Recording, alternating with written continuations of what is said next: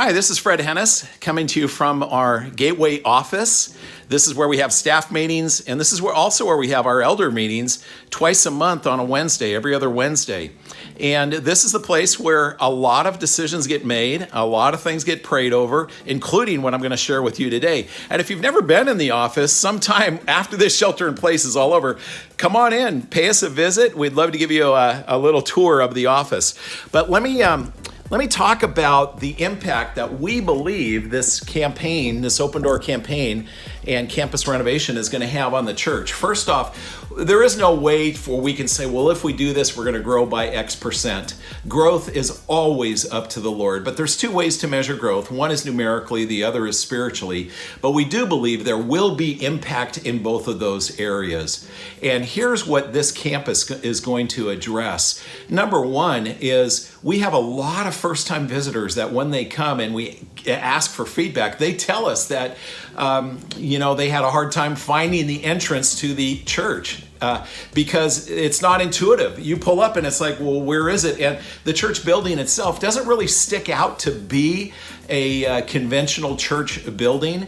Rather, this campus looks far more like a school than it does like a church, and it confuses people. And that should never be the case. By the way, let me again show you the architectural rendering of what this campus will look like, or our foyer will look like.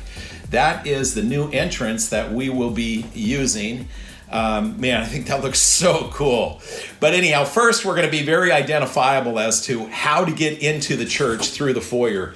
Second thing is, we know that elderly people in wheelchairs, people that are have special or unique disabilities, special needs, this campus is not a friendly campus. It's not easy to navigate. I personally have seen elderly people trip and fall on the ground. I've seen people slip. I've seen people struggle to get upstairs. And it's just not right. It does not communicate that we're open and friendly to everybody. Rather, it tends to communicate that if you're elderly or in a wheelchair or have special needs, you're really not that important. And nothing could be further from the truth. And we're going to be addressing that. Third thing this is going to do is we have a lot of people that come to our church just because they drove by and they looked and they noticed there was a church here, starting with the sign out in front. And many of them, even though they've lived here for a while, are surprised to see us here. And when the need comes along in their life for them to find a church or attend a church, a lot of times they'll show up here just because of our location. And we think that this is going to make our location pop. We're going to get much more notice. I think a third thing is, I'm already on the third. The fourth thing would be that once the church exterior becomes more appealing and something that we can all take a little bit more pride in how this place looks, I believe the people who already attend Gateway are going to be much more likely to invite other people. To invite your friends and family and neighbors and coworkers, classmates, etc., because you're going to be proud of this campus. There's something now that to show off, if you will.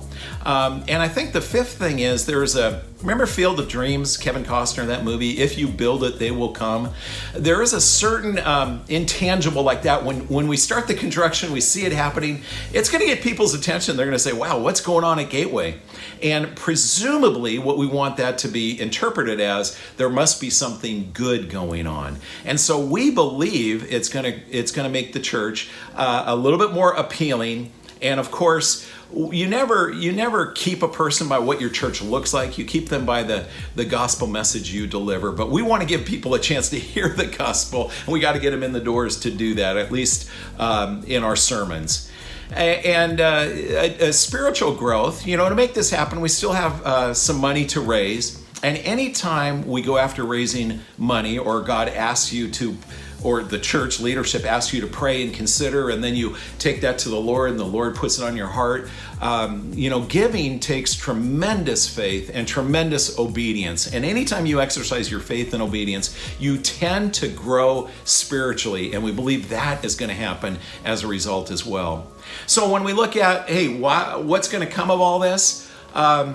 Only time will tell. Only God knows for sure. But we believe through much prayer, much discussion, much debate, that God will use this to advance the church and take it a few steps further that would otherwise not be possible if we just let the status quo take over.